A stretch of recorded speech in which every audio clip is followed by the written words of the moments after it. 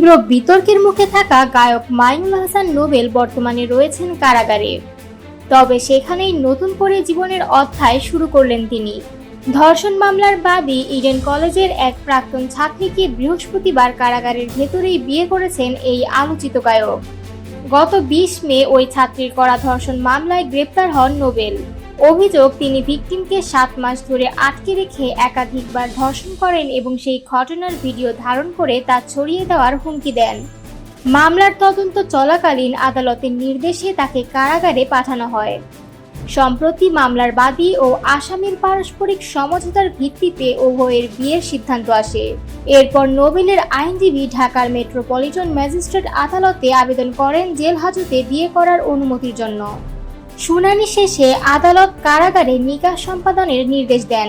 বৃহস্পতিবার দুপুরে আদালতের নির্দেশনা অনুযায়ী কারাগারে আয়োজন করা হয় বিয়ের আনুষ্ঠানিকতা। উপস্থিত ছিলেন উভয় পক্ষের ঘনিষ্ঠজনেরা, পাশাপাশি কারা কর্তৃপক্ষ ও মামলার তদন্ত কর্মকর্তা। নিকাহ সম্পন্ন করেন নির্ধারিত কাজে। দেনমোহর ধার্য করা হয় 10 লাখ টাকা। নোবেলের আইনজীবী অ্যাডভোকেট জসিমউদ্দিন জানান, এটি দুপক্ষের সম্মতিতে সম্পন্ন হয়েছে।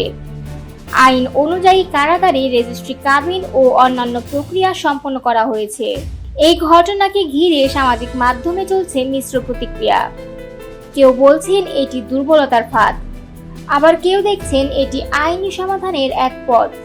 তবে আইনজীবীরা বলছেন, সম্মতিতে বিয়ে হওয়ায় মামলার আইনগত পরিণতি এখনো পুরোপুরি শেষ হয়নি।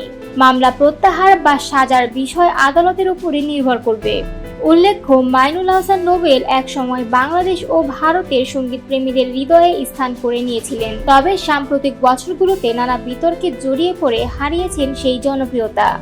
এখন দেখার বিষয়, কারাগারে অনুষ্ঠিত এই অনন্য বিয়ে কিভাবে প্রভাব ফেলবে নোবেলের ভবিষ্যৎ জীবন ও বিচারিক প্রক্রিয়ায়।